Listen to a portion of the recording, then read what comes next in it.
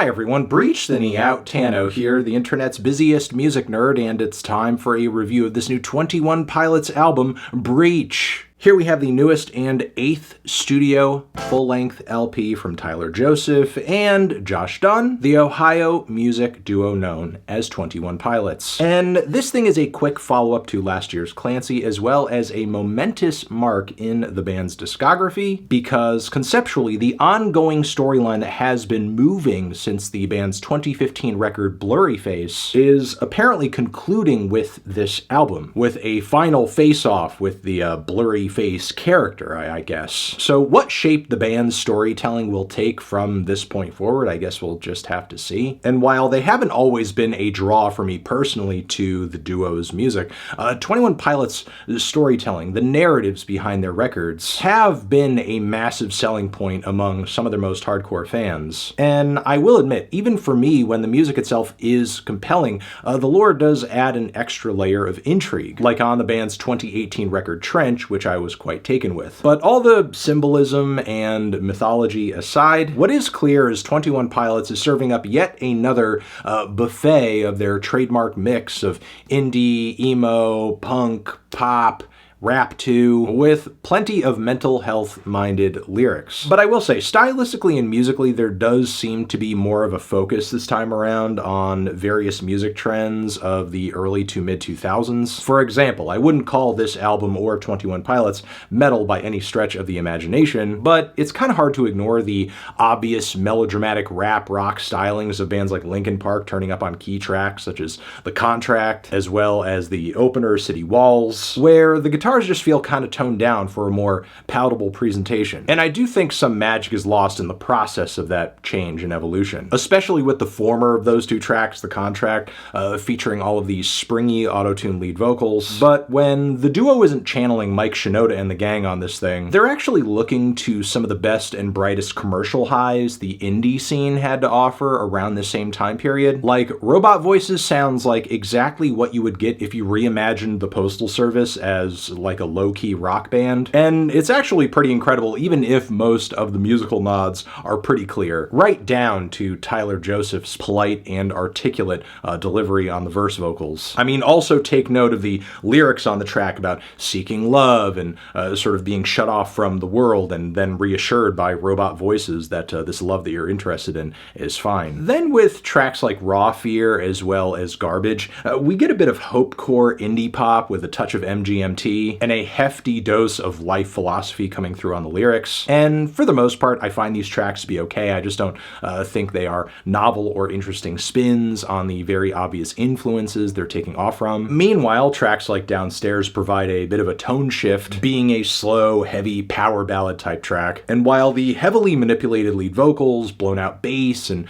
plinky keys might not be the best delivery method, I see the vision in the song, and there's a lot of heart there in Tyler's vocals. And I do think the song adds very well to the record's overall themes of being contained within something, a perception, a belief, a feeling or expectation, maybe even something material, and then breaking out, moving on, or as it were, breaching. I also very much love the wild, rowdy fun and sense of freedom that we get from Drum Show. The song Center Mass provides a little bit of slick, groovy pop rock that reads as almost Incubus influenced at points. That is until it undergoes this very powerful progression that eventually hits upon a really grandiose finale. Now, while many of my favorite moments on this record do occur in the second half of the track list, I do think Cottonwood and One Way create a bit of a 1-2 lull in the progression of the album that's just not necessary, especially with the instrumental on the former of those two tracks just sounding so stiff and sterile. I mean, I think they're fine, respectable songs. They just could have been produced or presented in a way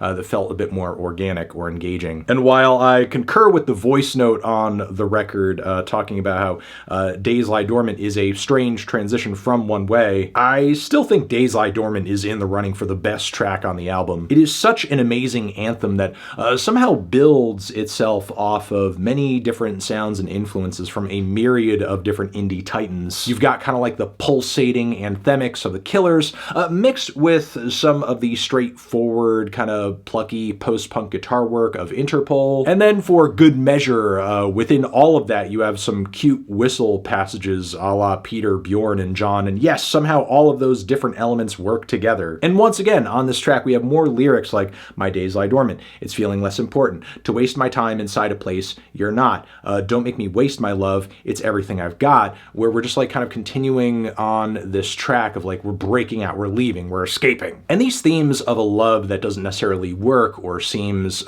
maybe a bit off kilter or misunderstood, that is very much echoed on the following track, Tally, where it's really being agonized over whether or not the mistakes that have been made across the length of the relationship, are they being held against the protagonist of the record, all this is being told from, forever? Are things being moved on from? Are things being forgiven? It is a little confusing, but I imagine on some level intentionally so, because there definitely is like an anxiety and a frustration to the emotions being dealt with on this track. However, the final moments of the album Intentions create, in a way, at least a little bit of assurance that in the end, ultimately what does matter are the intentions that you go into various interactions and life experiences with. Now, with that being said, like, am I in love with the production and instrumentation on Tally? Not necessarily. Am I in love with this album in general? No. There are too many points, in my opinion, where the performances and again the instrumentation come across just a bit too derivative and plain. But still, with that being said, I did like quite a few songs off of this album, just like I did with Clancy, and that's why I feel, at least to me personally, both of these albums are mostly in a similar range. I really truly loved and enjoyed a handful of cuts here and there,